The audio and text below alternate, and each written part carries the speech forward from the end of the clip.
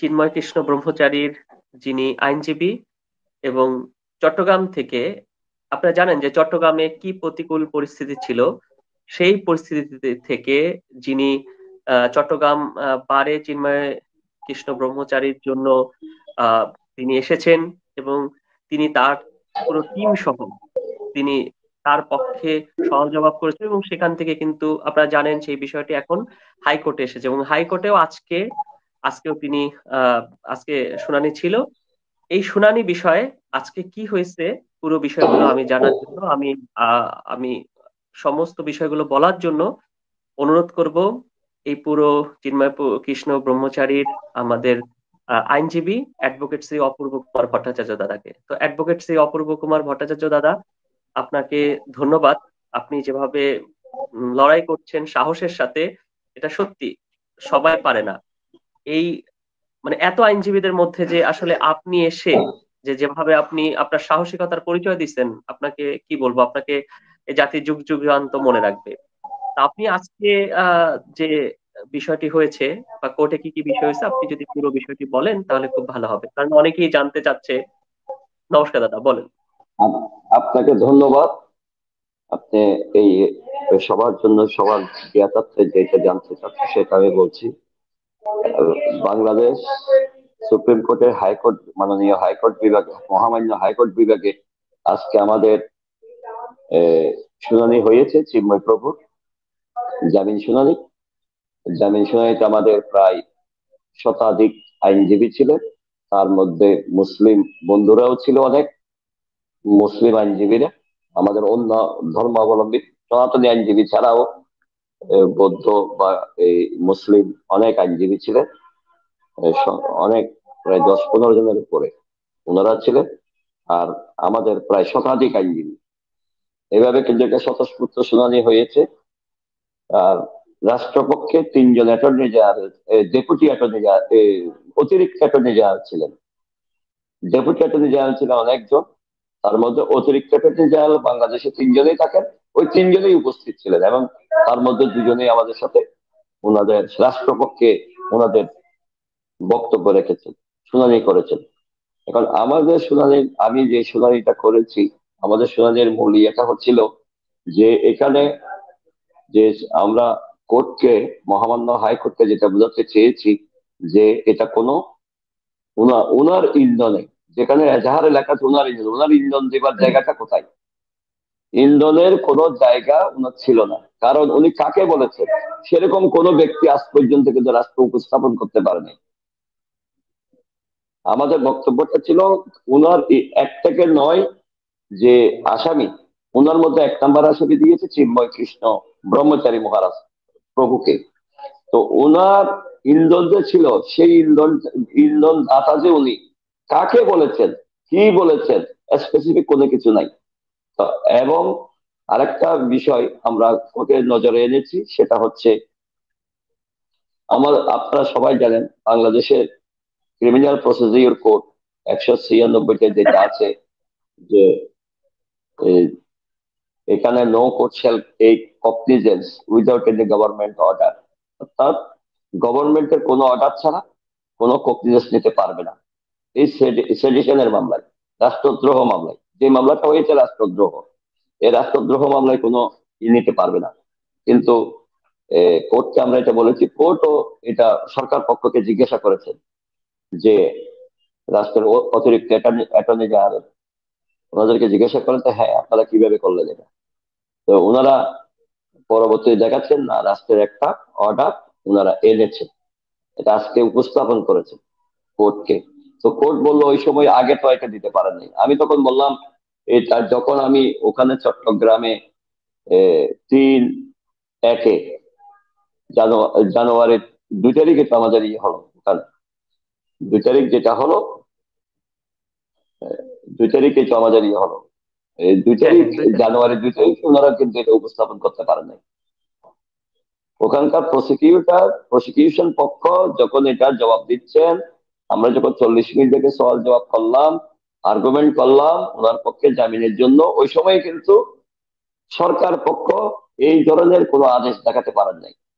তাহলে আজকে ওনার একটা আদেশ নিয়ে আসলেন যে না, উনার রাষ্ট্রদ্রোহের জন্য ওনারা যে আদেশের কথা বলছেন সেই আদেশ আমাদের কাছে আছে। তো এটাও কোর্ট বলছে যে এখন আনলে হবে।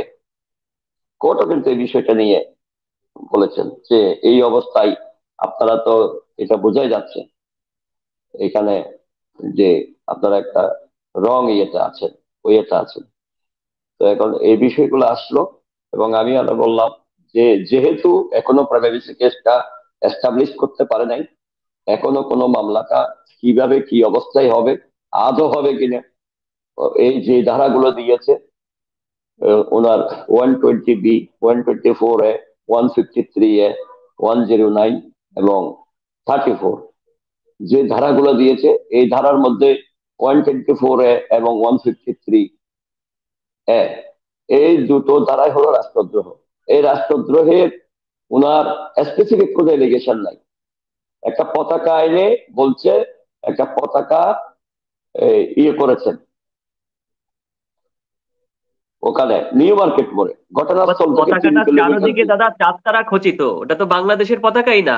সেটা সেটা সেটা আমরা যখন বলতে চেয়েছি, কোর্ট বললেন এটা হলো একটা ট্রায়াল স্টেজ। এখন আপনাদের জামিনের সময়ে এই বিষয়গুলোকে প্রমাণ করার বিষয়। এখন আমাদের জামিনের সময় হচ্ছে আমরা এজাহারে যা আছে, আইনে যা আছে, ফরওয়ার্ডিং এ যা আছে, আর এই বিষয়ের উপর আমাদেরকে উপস্থাপন করতে হবে। কোর্ট সেটাই বললো। আমরা সেটা ওই এই আর্গুমেন্টটা আমরা ওই নিম্ন আদালতে করেছিলাম, ট্রায়াল কোর্টে, ওই ওই যে জামিন শুনানির সময় সেশন কোর্টে আমরা মেট্রো সেশনে সেদিন এটা আর্গুমেন্টটা করেছিলাম। তো কোর্টের ওখানেও কথা ছিল যে এটা ট্রায়াল স্টেজে পতাকাটা কি ছিল, কিরকম পতাকা রেখেছিল। আমরাও বলেছি, আজকেও বলেছি যে পতাকাগুলো চিজ হয় না, কোনো জব্দ হয় নাই এই পতাকাগুলো। এই যে বললো যে ইসকনের পতাকা লাগিয়েছে গেরুয়া, আমরা বললাম না, এই গেরুয়া পতাকা বলেন আর জাতীয় পতাকা বলেন, এই বিষয়গুলো জব্দ হয়নি টিল টুডে, কোনো জব্দ তালিকা নেই। তারপর এটা তো তাহলে ইসকনের যেখানে পতাকা না, সুপার লিস্ট, গেরুয়া পতাকা সনাতন ধর্মের পতাকা, সনাতন ধর্মের প্রতীক। সেটা এটা তো আর ইসকনের সেটাকে আমরা পতাকা যদি না। কপিধ্বজ পতাকা, এটাকে আবার কপিধ্বজ হ্যাঁ, পতাকা বলে। কপিধ্বজ। কপিধ্বজে ছিল ভগবান শ্রীকৃষ্ণের রথের উপরে ছিল কপিধ্বজ। হ্যাঁ, হ্যাঁ, হ্যাঁ, হ্যাঁ, হ্যাঁ, সেটাই। এটা মহাভারতের আমরা ওখানে পাই যে এই কপিধ্বজ পতাকা, এটাই হলো গেরুয়া পতাকা। ওরাই ওটা খ্রিস্টান পতাকার রূপে চালিয়ে যাচ্ছে। আসলে তো না, এট দ্য ট্রায়াল স্টেজ এই বিষয়গুলো আসবে। ট্রায়ালের সময় আমরা এটা প্রমাণ করব যে এখানে কোনো এটা জাতীয় পতাকা ছিল না। আমাদের কাছে সেরকম এভিডেন্স আছে, কোর্টকে বলেছি, কিন্তু এটা ট্রায়াল স্টেজে বলার স্টেজ। তো এটা যেহেতু তারা অনেক চারটা এখানে স্টার ছিল এবং চাঁদ ছিল, অতএব এটা বাংলাদেশের পতাকা ছিল না। আর তাছাড়া আরো একটা বিষয় আছে যে বাংলাদেশের পতাকা আইনে এখানে কোনো মামলা হয়নি। এটা রাষ্ট্রদ্রোহের মামলা। এটাকে যে পতাকার যে অবমাননা হয়েছে, বলছে পতাকা অবমাননার কোনো ধারা এখানে নেই। এটা আমরা বলেছি, হ্যাঁ, কোর্টও বলছে পতাকা অবমাননার তো কোনো ধারা হতে দেখছি না। এই বিষয়গুলো এসেছে আরো অনেক, প্রায় আমাদের 40 মিনিটের মতো আর্গুমেন্ট হয়েছে ওখানে, শুনানি হয়েছে আমাদের পক্ষে, এবং সরকার পক্ষ ওখানে আর্গুমেন্ট করেছে। সরকার পক্ষের বক্তব্য হচ্ছে এই স্টেজে জামিন দেওয়া যাবে না। আর এ- এটা পুরো ঘটনাকে উনি নিয়ে আসছেন অন্যভাবে, ওনার ব্যক্তিগত চরিত্র বিষয় নিয়ে এখানে আসছেন ওনারা। প্রথমে বলতে ওটা নিয়ে এসেছেন, আমরা বলছি না, এটা তো এটা তো এখানে কোনো এজাহারের বক্তব্য না। কোর্টও আমাদের সাথে এগ্রি করছে, হ্যাঁ, না, এগুলো বলা যাবে না। কোথায় ইসকনে ওনাকে কবে ইয়ে করেছেন, কোথায় কি জন্য করেছেন, ওনার ব্যক্তিগত চরিত্রকে এখানে নিয়ে আসছেন। এগুলো তো আপনারা মিথ্যা অনেকগুলো প্রপাগান্ডা নিয়ে আসছেন এখন। এগুলো তো এই মামলার কোনো রাষ্ট্রদ্রোহ মামলার বা এই এফআইআর এর কোনো বিষয় না। কোর্ট এটা বলেছেন, হ্যাঁ, এই বিষয়গুলো বলা যাবে না। ব্যক্তিগত বিষয়টা দাদা আপনি তো জানবেন, একটু পজ দিচ্ছি যে 15 সালে ওনার বিরুদ্ধে অভিযোগ করে 16 সালেই কিন্তু তাকে ক্লিন সার্টিফিকেট দেওয়া হয়, যেগুলো সব মিথ্যা বানোয়াট। আপনি দেখবেন এই ইসকনের যে বর্তমান সেক্রেটারি যে চারুচন্দ্র দাস ব্রহ্মচারী, সেই তাকে সেই সার্টিফিকেট দিচ্ছে। অর্থাৎ একই অভিযোগে একজন ব্যক্তিকে আপনি কয়বার শাস্তি দেবেন? মানে বিষয়টা কিন্তু একটা হাস্যকর, এবং বিষয়টা যে প্রতিহিংসামূলক এটা কিন্তু স্পষ্টই বোঝা যায়। এই সেটাই সেটাই আমরা কোর্টকে বলেছি যে এই বিষয়গুলো এখানে কিন্তু বিচার্য বিষয় না, বা এই মামলার কোনো বিষয়ও না। অতএব এমন কোনো বিষয় আনা যাবে না যেটা দিয়ে কোর্টকে এখানে বিভিন্ন ভাবে এখানে ভাইরাস করা যাবে, এটা করা যাবে না। তো কোর্ট ওইটা এগ্রি করেছেন, না এই বিষয়গুলো বলতে পারবে না। ওনারা কাগজ এনেছেন কতগুলো ইসকন থেকে। আমরা বলছি এগুলা কোনো এখানকার বিষয় না। প্রথমে ওইটা দিয়ে শুরু করেছেন সরকার পক্ষ। ও দাদা, আমাদের মানে আমার ইসকন থেকে কাগজ নিয়ে আসছে? হ্যাঁ হ্যাঁ, ওগুলো দেখিয়েছে। তারপর ইসকনের এরা যারা, তাহলে তো এরা এটার বিরুদ্ধে কাজ করতেছে, এটা তো এটা প্রমাণ হয়ে যাচ্ছে। না, পক্ষ বিপক্ষ আমি জানি না, হয়তো কোনো সময় এই বিষয়গুলো সরকার পক্ষে কেমনে গেল, সরকার এভাবে কিভাবে পেল, সরকারের অতিরিক্ত অ্যাটর্নি জেনারেল এগুলা এগুলা কিভাবে পেলো আমি জানি না। এই এগুলো দিয়ে ওনারা কিন্তু ইয়ে করেছেন, এনেছেন। এই পেপার গুলো এখানে কোর্টে ওনারা দাখিল করেছেন আজকে। আজকে এনেছেন।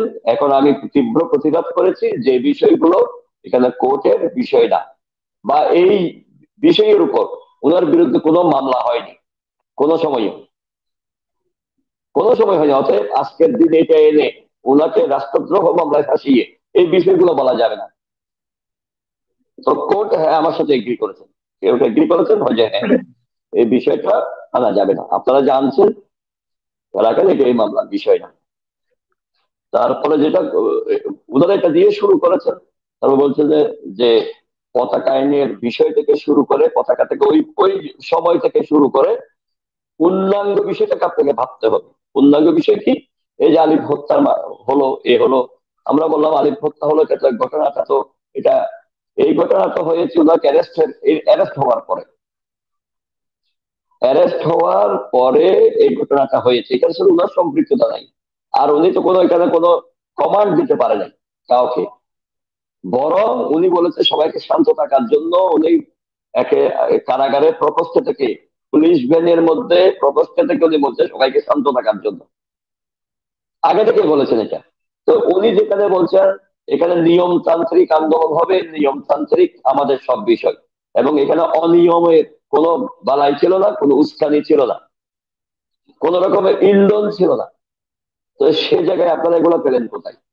অতএব আমাদের কথা হলো ওনার কোনো ইন্ধন ছিল না। আর সে সময়ে সেই দিন 25/10 যে ঘটনার তারিখ দেখাচ্ছে, 25/10, 25/10/2024, ওই দিন উনি কোনো সাংগঠনিক দায়িত্ব ছিলেন না সনাতন জাগরণ মঞ্চের।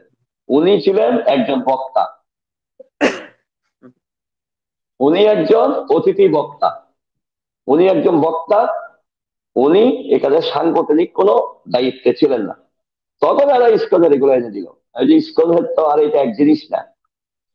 সনাতন সেদিন যে সনাতনের যে সমাবেশটা হচ্ছে লালদিঘিতে, এটাতে উনি এটার কোনো মূলত সাংগঠনিক কোনো পদ পদবি ওনার ছিল না ওখানে। ঠিক আছে, তো আমার তো এটাই ছিল, এটা ওই আজকে কোর্টে প্রোগ্রাম এটাই থেকেই আর্গুমেন্ট ওনাকে হয়েছে। মুখপাত্র ঘোষণা করেন সিনিয়র সন্ন্যাসীরা, ওই প্রোগ্রাম থেকে, মানে সেটা প্রোগ্রামের পরের কথা, পরবর্তীতে।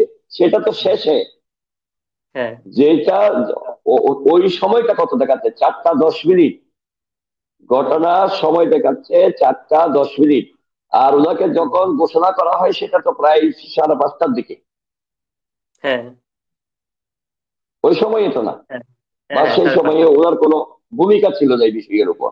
আর হুম। পতাকা টানানো, এই যে 3 কিলোমিটার দূরে ওনার কোনো পতাকা কে টানবে, কে কি করবে, কে কোনটা দেবে, এগুলোর ওনার কোনো বিষয় ছিল না, বা ওনার কোনো নির্দেশও ছিল না। বরং ওনারা অনুষ্ঠান শুরুর আগে যেখানে যত অনুষ্ঠানে করেছেন, যত আপনি সমাবেশে দেখেন, করেছেন, মাথায় জাতীয় যত লাল সবুজের যত কাপড় বাঁধা হ্যাঁ ছিল। সেটাই বলছি, সেটাই আমরা বলছি যে জাতীয় পতাকাকে সম্মান প্রদর্শন করে এবং সবাই জাতীয় সঙ্গীত গেয়ে বাংলাদেশের সর্বোচ্চ আনুগত্য, বাংলাদেশ থেকে দেশমাতৃকাকে সর্বোচ্চ আনুগত্য দেখিয়ে ওনারা অনুষ্ঠানগুলো শুরু করেছেন।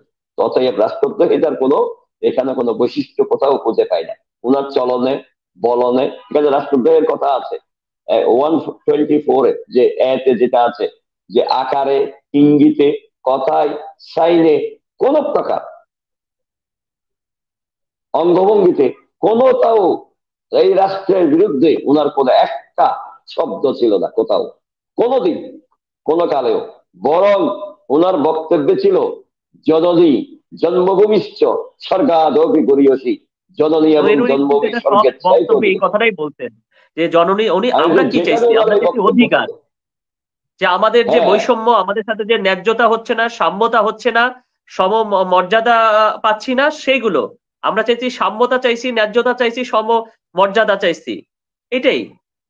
সেটাই, সেটাই। আর এই 8টা দফার প্রতি যে সনাতনীরা যে 8 দফা দিয়েছেন, এখানে এই সুরক্ষা আইন যাচ্ছে, এখানে দেবত্ব সম্পত্তিকে যাতে দেবত্বর বোর্ড হয় সেটা চাচ্ছে, হিন্দু কল্যাণ ট্রাস্ট হিন্দু ফাউন্ডেশন চাচ্ছে। এই যে এরকম 8টা দাবি, এটা কিন্তু সরকারও একমত। সরকারের বিভিন্ন মন্ত্রণালয়, বিভিন্ন প্রধান উপদেষ্টা কিন্তু বলছে যে এটাতে আমরাও একমত। তো যেখানে মত সেখানে যদি দ্বিমতের কোনো কথা বলেন না কোথাও। আপনি দেখেন, এই যে সংস্কৃত পালি আধুনিকায়নের কথা বলা হচ্ছে, আপনি দেখেন, আপনি একজন সংস্কৃত, প্রথমত বাংলাদেশে যে সংস্কৃত কলেজগুলো ছিল সেগুলো তো একেবারে সবগুলোকে নাই করে দেওয়া হয়েছে, তারপরে হাতে গোনা যে কটা আছে, এর একজন শিক্ষক, মানে আমি আমি যতদূর জানি 179 টাকা সে বেতন পায়। একটা মানুষ বাংলাদেশে কোনো চাকরিতে 179 টাকা মাসে বেতন আছে? এইভাবে যে তাদের সাথে যে বঞ্চনা, দিনের পর দিন বঞ্চনা, এই বঞ্চনাগুলা নিয়ে আপনি বলতে পারবেন না। আপনি বললেই আপনি দালাল, আপনি অমুকের দালাল, তমুকের দালাল। এই যে যে বয়ান তৈরি করে দেওয়া হচ্ছে, বাংলাদেশে এখন চলতেছে বয়ানের খেলা, যে আপনি সত্য বলছেন, যেমন আপনি Yes, সত্যের পক্ষে দাঁড়াইছেন, আপনি অমুকের দালাল, তমুকের দালাল। আর হিন্দু মানেই তো ধরেন এটা এদের কাছে একটা কমন, যে হিন্দু মানেই সে ভারতের দালাল। আর সেই হিন্দু যদি কথা বলে, কথা বললে তো কোনো কথাই নাই, মানে হিন্দু কথা বলতে পারবে না। তারা যে বয়ান সেট করে দিবে, যে ন্যারেটিভ সেট করে দিবে, সেই ন্যারেটিভে আপনার আপনার কথা বলতে হবে, এর বাইরে আপনি কথা বলতে পারবেন না। যে এই যে পুরো বিষয়গুলো, আমি মনে করি যে সেই আজকে এই যে বাংলাদেশে প্রায় 3 কোটি সংখ্যালঘু আছে, এই সংখ্যালঘুদের মানবিক ভাবে দেখা উচিত, এবং দেশের প্রশাসন রাষ্ট্রযন্ত্রে উচিত আমাদের দৃষ্টিতে, সংখ্যালঘুর দৃষ্টিতে